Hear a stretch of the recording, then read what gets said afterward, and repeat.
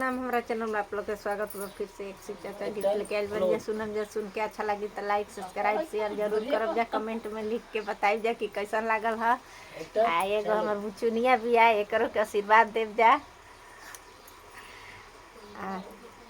हमनी के तो ठीक ठाक बनी जा। आप लोग कैसन बन जा कमेंट में लिख के जरूर बताइब जा। शिवा गुरु शिशिया पुकारली अरे शिशिया पुकारली हो। शिव गुरु होई ना सहाय हो राम ए रमा हो। शिव गुरु होई ना सहाय हो राम। कवन संकटिया शिशिया तोहारा पर परले अरे तोहारा पर परले हो। अधेरतिया करेलू पुकारनु हो राम ए रमा हो। अधेरतिया करेलू पुकारनु हो राम। हमरो तपति गुरुजी गोइले बहारावा रे गोइले बहारावा हो। एकहु सन सवा नहीं गे जले हो राम ए रमा हो। एकहु सन सवा नहीं भेजले हो राम। तोहरे तपति शिशिया ठीक से पहुँचले अरे ठीक से पहुँचले हो। ठीके ठीके मिलल उनकर कामनु हो राम ए रमा हो। ठीके ठीके मिलल उनकर कामनु हो राम।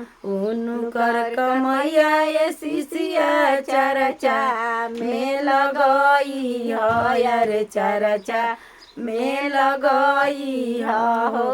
पूरा होई मानस तोहारनु हो राम ए रमा हो। पूरा होई मानस तोहारनु हो राम। शिव गुरु शिशिया पुकारली अरे शिशिया पुकारली हो। शिव गुरु होई न सहायनु हो राम ए रमा हो। शिव गुरु होई न सहायनु हो राम। कमन संकटिया शिशिया तोहारा परले अरे तोहारा परले हो। अधेरतिया करेलू पुकारनु हो राम। हमारो त बेटा शिव गुरु गोई ले बहारावा रे गोई ले बहारावा हो। एकहु सने सवा नहीं भेजले हो राम ए रमा हो। एकहु सने सवा नहीं भेज। हमरो त दमदाय शिव गुरु गोई ले बहारावा रे गोई ले बहारावा हो।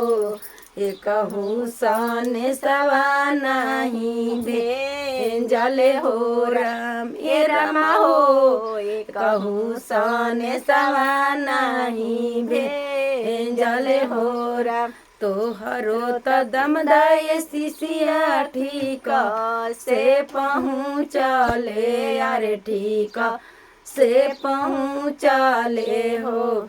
ठीके ठाक मिलल उनकर कामनु हो राम। तोहरो तब पुतवा शिशिया ठीक से पहुँचले अरे ठीक से पहुँचले हो। ठीके ठाक मिलल उनकर कामनु हो राम। उनकर कमैया शिशिया चर्चा में लगई रे चर्चा में लगई हो पूरा हुई मनसा तोहारनु हो राम ए राम हो पूरा हुई मनसा तोहार शिव गुरु शिशिया पुकारली अरे शिशिया पुकारली हो शिव गुरु होइना सहायनु हो राम ए राम हो शिव गुरु होइना सहायनु हो राम। कैसन लागल? निर्गुण है सुनन जाए अच्छा लगी तो लाइक सब्सक्राइब जरूर करम जा। तब तक आगे अगला वीडियो में मिलो। बाय।